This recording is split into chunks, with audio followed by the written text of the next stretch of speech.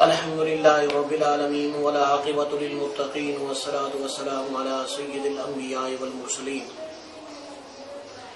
أما بعد فأعوذ بالله السميع العليم من الشيطان الرجيم وأعوذ بالله أن يحضرون إن الله هو السميع العليم بسم الله الرحمن الرحيم كيف تكفرون بالله وكنتم أمواتا فأحياكم ثم يميتكم ثم يحييكم ثم إليه ترجعون سبحان ربك رب العزة عما يصفون وسلام على المرسلين والحمد لله رب العالمين۔ محمد کی غلامی دین حق کی شرط اول ہے صلی اللہ علیہ وآلہ وسلم۔ السلام علیکم ایھا النبی ورحمۃ اللہ وبرکاتہ۔ محمد کی غلامی دین حق کی شرط اول ہے، جو ہو اسی میں خامی تو سب کچھ نامکمل ہے۔ نگاہ عشق و مستی میں وہی اول وہی آخر، نگاہ عشق و مستی میں وہی اول وہی آخر، وہی قرآن وہی فرقان وہی یاسین وہی طٰہٰ۔ خدائے لم یزل کا دست قدرت تو زباں تو ہے، خدائے لم یزل کا دست قدرت تو زباں تو ہے، یقین پیدا کر اے غافل کہ مغلوب گماں تو ہے۔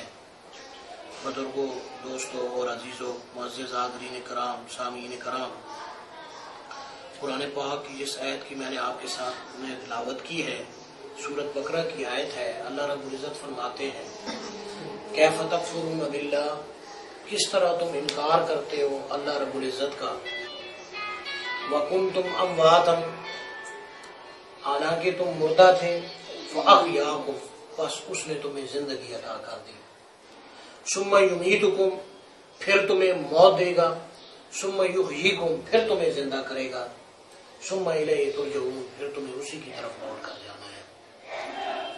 آج جو میرا موضوع ہے یہ موت کے بارے میں بیان ہے۔ موت کس کو کہتے ہیں، کیا کیفیات وارد ہوتی ہیں،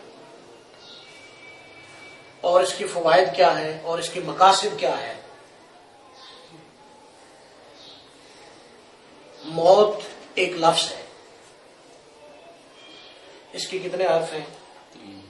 3 حرف ہیں، شاباش۔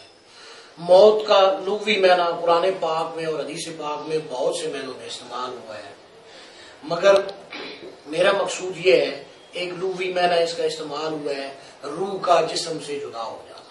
موت کس کو کہتے ہیں؟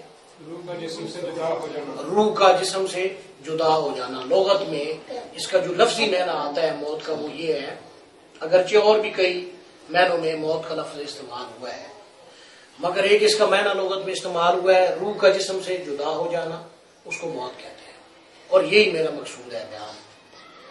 موت کی کتنے حرف ہیں؟ 3 حرف ہیں۔ تو موت کی 3 قسمیں ہیں۔ موت کی کتنی؟ 3 قسمیں۔ 2 قسموں کا بیان اس آیت مقدسہ کے اندر ہے، کیف تکفرون باللہ وکنتم امواتا فاحیاکم ثم یمیتکم ثم یحییکم ثم الیہ ترجعون۔ تیسری قسم کا بیان ہے اللہ یتوفی الانفس حین موتہا والتی لم تمت فی منامہا۔ سورۃ زمر کی آیت ہے، پارہ نمبر 24 ہے۔ موت کی تیسری قسم وہاں پر بیان ہوئی ہے، اللہ رب العزت نے بیان کی ہے اور فرمایا اللہ یتوفی الانفس حین موتہا، اللہ روح کو قبض کر لیتے ہیں اس وقت جب انسان مر جاتا ہے، والتی لم تمت فی منامہا، اور جو مرا نہیں ہے تو اللہ تعالیٰ اس کی روح کو نیند کی حالت میں سوتے وقت قبض کر لیتے ہیں۔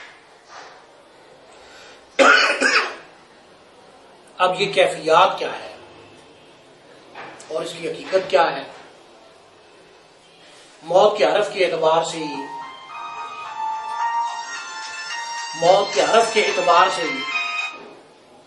3 اس کی قسمیں ہو گئی۔ موت کے معنی کا آپ کو پتہ چل گیا۔ 2 موتیں جو اس آیت کے اندر بیان ہے وہ کیا ہے؟ انسان عدم میں تھا، حل اتی علی الانسان حین من الدہر لم یکن شیئا مذکورا،